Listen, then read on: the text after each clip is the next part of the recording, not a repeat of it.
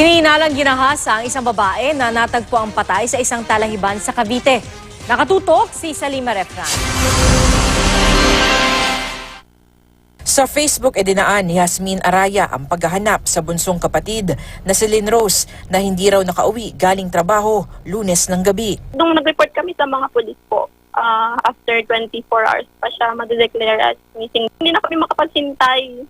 Nagkusa na lang po kami na maghanap na lang po.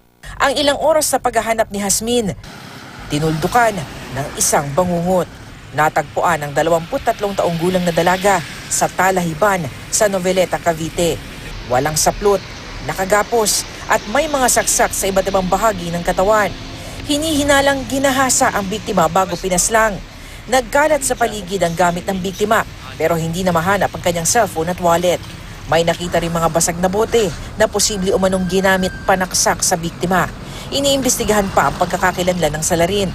Ang pakiusap sa kanya ng mga kapatid ni Lynn Rose. Sana po makonsensya sa ginawa niya sa kapatid ko. Sana sumuko na siya. At kung meron man pong nakakita dun sa nangyari, sana po tulungan niyo po kami na mabigyan ng hustisya yung kapatid namin.